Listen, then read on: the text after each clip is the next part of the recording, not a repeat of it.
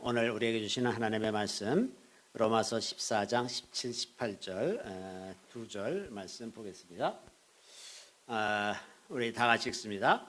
하나님의 나라는 먹는 것과 마시는 것이 아니요 오직 성령 안에 있는 의와 평강과 희락이라.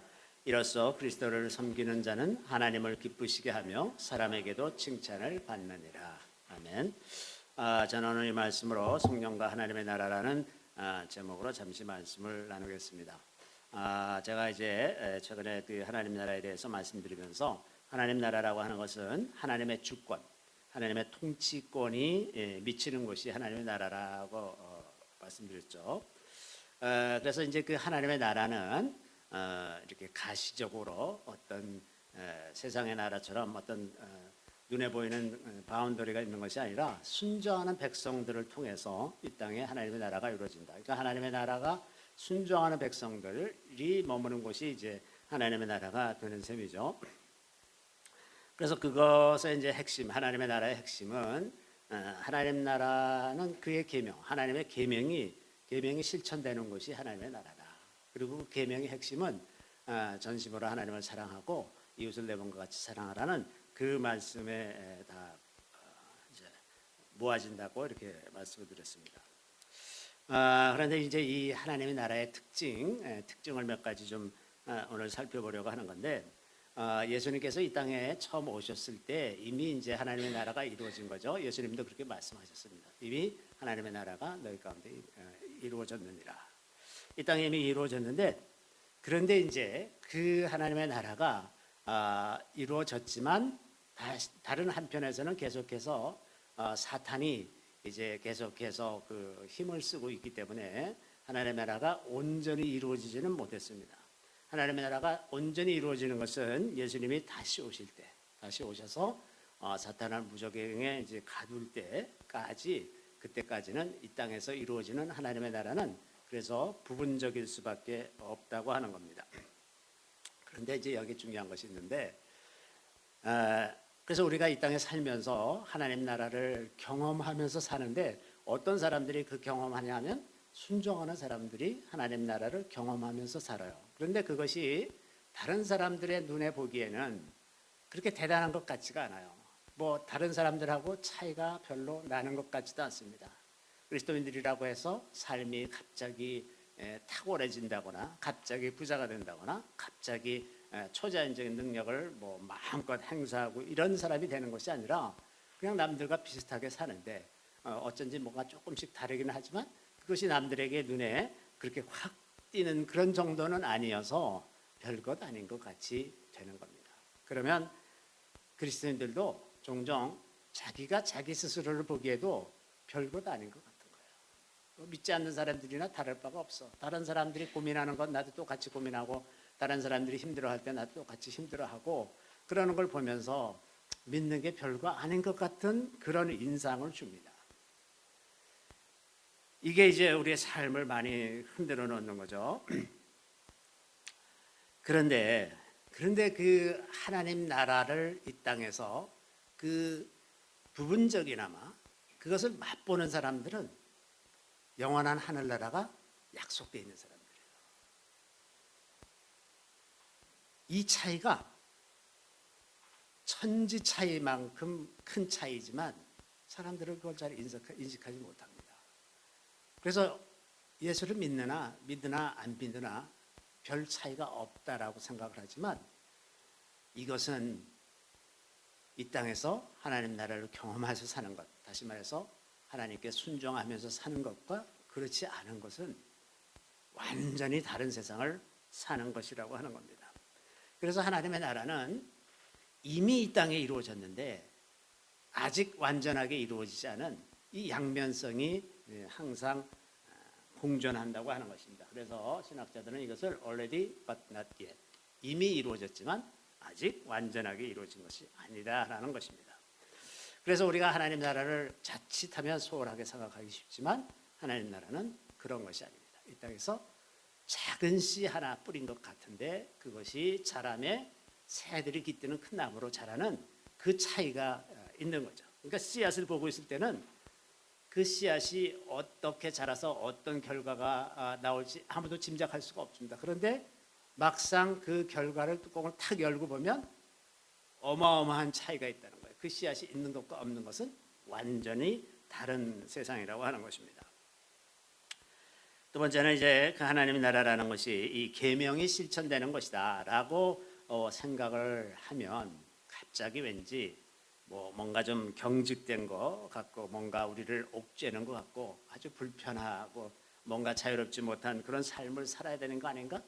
이렇게 하나님을 사랑하고 이웃을 사랑하라는 말만 들어도 괜히 좀 뭔가 마음이 굳어지고 이러는 느낌을 주죠. 그런데 오늘의 본문은 하나님의 나라는 먹는 것과 마시는 것이 아니요 오직 성령 안에 있는 의와 평강과 희락이라. 하나님의 나라가 평안이고 기쁨이라는 거예요. 평안이고 기쁨이다. 이거 우리 좀 생각하고 좀 달라. 계명을 실천하라 그러면 뭔가 좀 딱딱한 느낌이 드는데 평안과 기쁨이다 그러면 이거는 괜찮은 거잖아요. 그런데 그것이 성령 안에서 이루어진다고 하는 겁니다. 오직 성령 안에서 의와 평강과 희락이다. 그래서 하나님 나라는 성령과 뗄래야 뗄 수 없는 관계에 있다는 것을 이 본문에서 우리가 알 수가 있습니다. 그래서 하나님 나라는 성령을 제외하고는 말이 되질 않습니다. 하나님 나라는 성령의 사람들로 구성되는 것입니다. 성령께 순종하는 자들이 하나님 나라를 이루는 것이라고 하는 겁니다. 그리고 성령으로 하지 않고는 계명을 지킬 수가 없어요.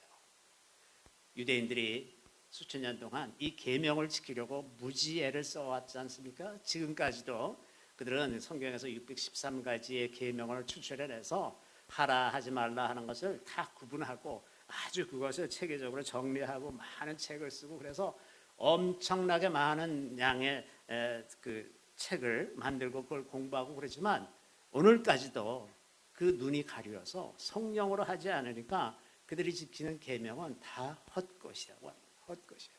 계명을 지킬 수가 없어요. 그것이 계명을 지키느라 그 경건한 유대인들이 얼마나 고생을 하는지 아십니까? 이 사람들은 성경을 읽기 전에 반드시 손을 씻어야 된다요. 그러니까 그냥 우리는 아무 때나 그냥 편하게 편한 자세에서 누워서 엎어져서 마음껏 우리 마음대로 성경을 읽지만 유대인들은 그렇게 하면 안 돼요. 다 규칙이 있어요. 규칙에 따라서 그걸 하다 보니 얼마나 정성을 다해서 힘들여서 하는데 고생은 고생대로 하는데 기쁨이 없는 거예요. 왜 기쁨이 없습니까? 성령이 없어서 그래요. 그래서 성령이 없이 하는 거는 유대인들이 믿는 것과 똑같습니다. 오늘날도 성령을 강조하지 않는 그리고 사람의 노력과 의지, 사람의 그 어떤 지성 이런 것을 강조하는 그런 교회에서는 기쁨이 없습니다. 기쁨이 상실되어 있어요. 왜? 성령으로 하지 않기 때문에 그렇습니다. 우리가 정말 성령에 대해서 소홀히 하는 것은 성령이 이 땅에서 일어나는 모든 일들에 관여하시는 분이라는 걸 우리가 잊고 있어서 그래요. 성령은 우리가 이 땅에 살아가는 날들 동안은 성령 없이는 살 수가 없는 거예요. 성령이 모든 일에 관여하시는 분입니다. 그래서 시편 104편 30절에는 주의 영을 보내어 그들을 창조하사 지면을 새롭게 하시나이다. 하나님의 영이 이 지면에 있는 모든 것, 우리 사람뿐만 아니라 모든 피조물을 새롭게 하시는 분이세요. 새롭게 하시는 분. 성령이 우리를 새롭게 하시면 우리가 새로워지는 겁니다. 성령이 우리를 새롭게 하지 않으면 새로워질 수가 없어요. 아무리 천하의 그 최고의 교육을 받은 사도 바울도 성령이 그 눈을 뜨게 하지 않으면 메시아에 대한 비밀을 알 수가 없는 거예요. 그래서 메시아를 믿는 예수를 믿는 사람들을 제가 핍박하고 죽이고 그러고 살던 사람 아닙니까? 그 성령이 눈을 뜨게 하니까 세상이 뭐 어떻게 돌아가는 건지 누가 메시아고 누구의 말을 들어야 되는 건지 그제서야 아는 거예요. 눈에서 비늘 같은 것이 떨어져 나가더라고요. 오늘도 많은 그리스도인들이 이 눈에 비늘 같은 것이 덮여서 무엇이 핵심이고 무엇이 중요한 건지 알지 못하고 임의로 행동하다 보니까 그 행동이 죄가 되는 건지 유익이 되는 건지 해가 되는 건지 알지도 못하면서 자기가 그 일을 할 뿐만 아니라 다른 사람들을 막 폄훼하고 회방하고 비방하고 이런 일들이 얼마나 많은지 알 수가 없습니다. 그런데 그 성령께서 오늘 본문에 의하면 성령 안에서 의와 평강과 희락이라. 우리를 의롭다라고 해주시는 분이 성령이시다 하는 겁니다. 우리가 어떻게 의롭다함을 받았는지 확신하는가? 우리가 어떻게 하나님의 백성이라는 것을 확신하는가? 우리의 기분인가? 우리가 어떤 때는 감정이 고양이 되고 막 기분이 좋아서 하나님께 막 기도하고 감사하고 이러다가 좀 어려운 일이 만나서 마음이 낙심이 되고 깔아앉아 버리면 어느새 우리가 하나님의 백성이 아닌 것 같고 하나님이 나를 버리신 것 같고 그렇잖아요. 그런데 우리가 어떻게 하나님의 백성이라는 걸 우리가 어떻게 확신하고 삽니까? 어떻게 알고 삽니까? 그거는 우리 안에 계신 성령 때문이에요. 성령을 우리에게 주셨어요. 성령. 그래서 여기 고린도후서 5장 5절에 보면 이런 말씀이 있습니다. 곧 이것을 우리에게 이루게 하시고 구원을 이루게 하시고 보증으로 성령을 우리에게 주신 이는 하나님이시니라. 보증으로 우리에게 성령을 주셨어요. 이 보증은 헬라어로 아라본이라는 단어인데 이 아라본이라는 단어는 우리말로 말하면 그 계약금과 중도금을 합친 개념입니다. 그래서 아라본을 내면 계약을 하면서 아라본을 내면 이거는 취소할 수 없는 계약이 되는 거예요. 우리도 중도금까지 지출하고 나면 그 다음에는 계약을 취소할 수가 없잖아요. 그런 것처럼 하나님께서 우리에게 성령을 주셨다 하는 것은 우리를 구원하시겠다고 하는 하나님의 계획이 취소할 수 없는 계약이 된다는 거예요. 취소할 수 없는 계약이 된다.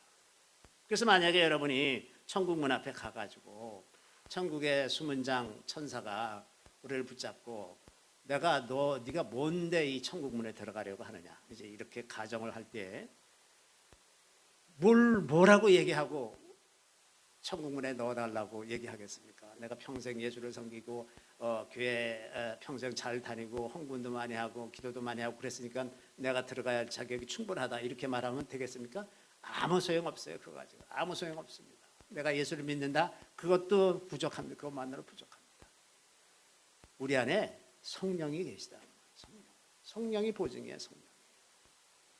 우리 안에 성령이 계시기 때문에 우리가 천국 문에 들어갈 수 있는 겁니다. 그래서 성령이 우리를 인치셨어요. 성령으로 인치셨어요. 내가 하나님의 백성인 것을 인치셨다고 하는 겁니다. 이것은 취소할 수 없는 계약이라는 거예요. 하나님의 모든 신실하심을 걸고 하신 약속이란 말이에요. 신실하심을 걸고. 물론 아주 드물게 성령이 우리를 떠나시는 경우들도 있어요. 그래서 우리는 조심해야 됩니다. 성령을 모독하거나 지속적으로 성령을 근심하게 하는 경우 성령이 우리를 떠날 수도 있습니다. 예를 들어서 디모데전서 1장 20절에는 그 가운데 후메네와 알렉산더가 있으니 내가 사탄에게 내준 것은 그들로 훈계를 받아 신성을 모독하지 못하게 하려 한다. 이런 경우들도 있기는 있습니다. 아주 극히 드문 일이겠지만 그러나 우리가 예수 그리스도를 시인하고 그를 대적하지 않고 하나님 뜻대로 살고자 하는 그 마음을 가지고 있는 한은 이 성령을 우리에게 보증으로 주신 이 언약은 변하지 않는 겁니다. 그래서 바울은 에베소 4장 30절에 보면 성령을 근심하게 하지 말아라. 하나님의 성령을 근심하게 하지 말아라. 우리가 하나님의 성령을 계속해서 거스르고 아무리 말씀을 해주셔도 우리가 거역하면서 악한 일들을 계속하고 죄에 계속 빠져 있으면 언젠가는 성령이 떠날 수도 있다고 하는 거예요. 그래서 성령을 근심하게 하지 말아라. 그 안에서 너희가 구원의 날까지 인치심을 받았느니라. 구원하지 말아라. 자, 그래서 성령께서 우리 안에 이렇게 인치심으로 말미암아 우리가 하나님의 백성된 것, 하나님의 의가 예수 그리스도의 의가 우리의 의가 되었다고 하는 것을 성령께서 인치셨다고 하는 겁니다. 그래서 하나님의 나라의 첫 번째는 우리가 성령을 받아서 하나님의 백성이 되었다고 하는 겁니다. 이 확실한 사실이에요. 이것은 사람들이 보기에는 별것 아닌 것 같고 남들이 얘기할 때는 그리스도인들의 삶이 탁월하고 이런 것도 아무것도 아니지만 그러나 우리 안에 성령이 계신 것과 아닌 것은 완전히 다른 겁니다. 또 두 번째는 성령 안에서 평강이 있다고 말합니다. 평강. 하나님의 나라가 임했을 때 우리 내면에 드러나는 가장 중요한 특징이 평강이죠. 평강. 이 평강을 누리게 되는데 이 평강은 세상이 줄 수 없는 것입니다. 왜냐하면 어떤 외부적인 조건에 의해서 오는 평안이 아닙니다. 전쟁이 없고 우리가 모든 소유가 넉넉하고 모든 관계가 다 평안하고 그래서 누리는 평안이 아니라 하나님의 자녀가 됐기 때문에 평안한 거예요. 하나님의 자녀이기 때문에 우리가 염려 근심할 것이 없습니다. 왜냐하면 하나님은 만물의 창조주시고 우리를 사랑하시는 하나님이시고 우리에게 모든 것을 주실 수 있는 그분이시기 때문에 그 안에 있는 것만으로도 우리가 너무나 평안하다고 하는 겁니다. 그렇기 때문에 초대교회 사도들은 이제 극심한 핍박 혹은 순교하는 그런 현장 속에서도 평안을 누리며 죽어갈 수 있었다고 하는 것입니다. 그러니까 죽음의 위협이 있다고 하더라도 이 평안을 빼앗아갈 수가 없어요. 만약에 하나님을 믿으면서 이런 평안을 누리지 못한다면 우리는 어쩌면 아직 하나님을 잘 알지 못하는 것일 수도 있습니다. 이 평안이라고 하는 단어가 히브리어로 샬롬이죠. 샬롬. 너무나 유명합니다. 근데 이 샬롬이라고 하는 단어가 가지고 있는 포괄하고 있는 내용은 하나님과의 관계가 온전할 뿐만 아니라 이웃과의 관계가 온전한 것을 포함하는 단어입니다. 그 샬롬 그러면 이웃에 대해서 원망될 만한 일이 없는 것이고 또 내가 다른 사람들에게 이웃 용서하지 못하는 일이라든지 이런 것도 없는 상태고 가난한 자들을 내가 멸시하거나 그들을 돕지 않겠다고 생각했던 적도 없고 그래서 모든 이웃들과 평안한 상태에 있는 그런 것을 샬롬이라고 말합니다. 그런데 이 샬롬이라는 단어는 그 전제 조건이 화목제물입니다. 화목제물이 히브리어로 쉘렘인데 쉘렘 같은 어원이에요. 샬롬과 같은 어원입니다. 단어는 어디에서 오냐면 화목제물을 드려서 그 다음에 오는 거예요. 우리가 하나님과 화목하게 되었기 때문에 샬롬을 누리는 거예요. 이 진정한 화목제물이 되신 샬렘이 되신 예수 그리스도 안에 있기 때문에 우리가 샬롬한 거예요. 예수 그리스도가 없으면 샬롬이 없습니다. 그냥 우리가 평안하기를 원한다고 이렇게 인사말을 한다고 할지라도 그 안에 예수 그리스도가 없으면 샬롬이 이루어지지 않는 거죠. 그래서 이 샬렘을 통해서 화목제물을 통해서 우리가 하나님과 온전한 관계가 되고 그러면 이웃들과 다 완전한 관계가 돼서 샬롬의 관계가 된다고 하는 겁니다.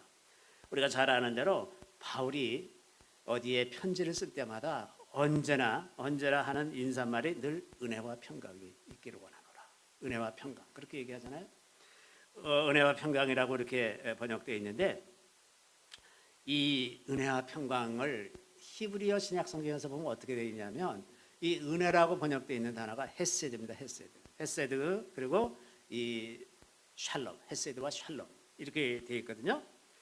그런데 이 하나님의 사랑 헤세드의 하나님의 사랑은 일반적인 사랑과 다릅니다. 그 히브리어에서도 사랑을 나타내는 단어가 아하바라는 단어가 있고 이 헤세드라는 단어가 있는데 이 아하바라는 단어는 모든 인류에게 보편적으로 미치는 사랑을 얘기할 때 아하바라는 단어를 씁니다. 그러니까 사람의 사랑을 사랑하는 것도 아하바라는 이제 단어를 사용해요. 그런데 헤세드라는 단어는 언약 관계 안에 있는 하나님의 사랑입니다. 언약 관계의 온전한 하나님의 사랑입니다. 그러니까 하나님의 백성만이 누릴 수 있는 하나님의 사랑 그것이 헤세드입니다. 그래서 이 헤세드와 샬롬이 바울이 늘 하는 인사말인데 이 헤세드를 누림으로써 다시 말해서 이 이야기는 언약 관계 밖에 있는 사람들에게는 심판이 있다고 하는 전제가 깔려 있습니다. 언약 안에 있는 사람들에게 베푸는 사랑이 있다면 언약 밖에 있는 사람에게는 하나님의 심판이 있을 뿐입니다. 그래서 이 하나님의 사랑, 헤세드의 하나님의 사랑은 언약 관계 안에만 있는 사랑입니다. 여러분은 이런 언약 관계 안에 있는 거예요. 하나님께서 다른 사람들을 대하는 것처럼 대하시지 않고 특별한 사랑으로 대하신다는 겁니다. 모든 믿지 않는 사람들을 대하시는 것 같이 대하지 않으시고 하나님의 특별한 사랑으로 예수 그리스도 자기 아들을 십자가에 못 박게 내어주실 정도로 사랑하는 그 사랑으로 여러분을 대하고 계신다고 하는 겁니다. 이 사랑을 우리가 하나님의 이 사랑을 받아들이고 그리고 우리도 하나님을 전심을 다해서 사랑하는 것 그것이 하나님과의 관계죠. 마지막으로 성령 안에 기쁨이 있다고 말합니다. 기쁨. 기쁨도 하나님 나라가 임하고 있는 강력한 증거죠. 이것도 우리가 처해 있는 환경에 따라서 기쁜 게 아닙니다. 무슨 대학 시험에 합격하고 무슨 변호사 시험에 합격하고 이래서 기쁜 것이 아니라 하나님과의 관계 때문에 기쁜 거예요. 이건 원천적인 겁니다. 이거는 빼앗을 수가 없어요. 그래서 이것은 예수 그리스도 안에 있는 하나님의 사랑에서 우리를 끊어낼 수 있는 것이 세상에 아무것도 없는 거예요. 우리는 간혹 주님이 우리를 사랑하시는 것 같지 않게 느끼는 때가 있어요. 너무 힘들고 그래서 기도하는데 하나님이 응답하지 않으시고 응답을 늦추시고 이러면 하나님이 나를 버리셨나 이렇게 생각될 때가 있지만 하나님은 계속해서 동일한 사랑으로 우리를 사랑하고 계시죠. 끊을 수 있는 것은 아무것도 없습니다. 하나님의 사랑에서 끊을 수 있는 것이 아무것도 없습니다. 그래서 이 기쁨이라고 하는 것은 다윗이 이렇게 얘기합니다. 주께서 내 마음에 두신 기쁨은 그들의 곡식과 새 포도주가 풍성할 때보다 더하나이다. 아무리 세상의 외부적인 환경이 좋다고 하더라도 그때 얻는 기쁨과는 비교도 할 수 없다는 거예요.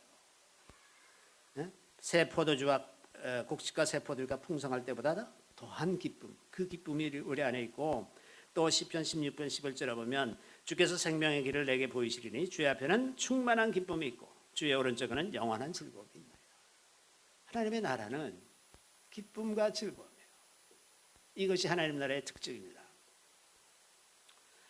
자, 우리가 이 오늘 본문 하나님의 나라는 먹는 것과 마시는 것이 아니요 오직 성령 안에서 의와 평강과 희락이다. 이 말씀에서 중요한 삶의 단서가 하나 있습니다.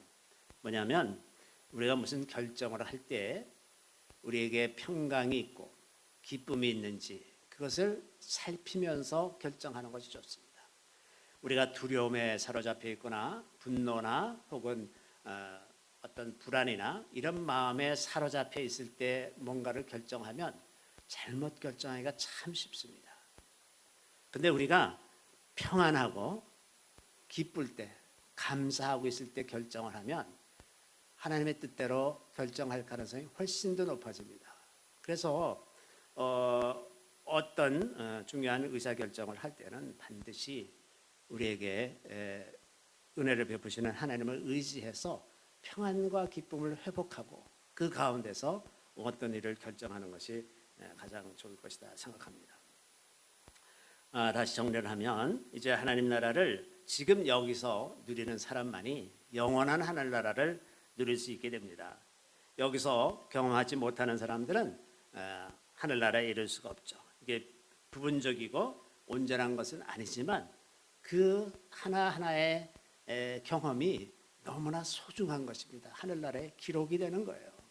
기록이 됩니다. 우리가 하나님의 백성인 것을 증거하는 기록들이 하늘나라에 차곡차곡 쌓이게 되는 거죠.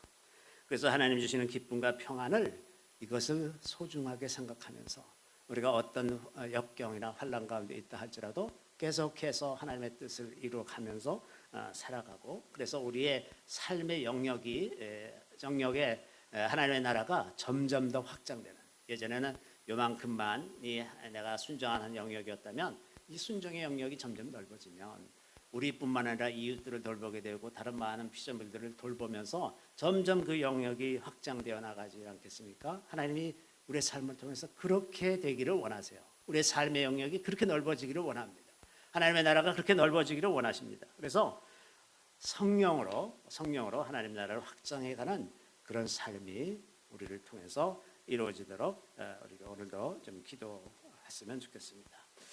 우리가 이제 다 같이 통성으로 기도할 때 오순절에 주시는 놀라운 성령의 능력이 이제 예루살렘으로부터 시작해서 온 땅에 임하게 될 터인데 하나님께서 온 땅을 진동시키실 때 우리 영혼도 진동시키시고 우리 영혼 안에 부질없는 것들 쓸데없는 생각들이나 마음의 상처들 흔적들 모든 부적절한 것들 더러운 것들 그리스도의 거룩한 이름에 합당치 않은 것들이 다 떨어져 나가도록 우리 안에서 새로운 진동을 일으켜 주시고 우리를 새 시대로 이끌어 가시도록 이 시간에 우리가 통성으로 기도하겠습니다.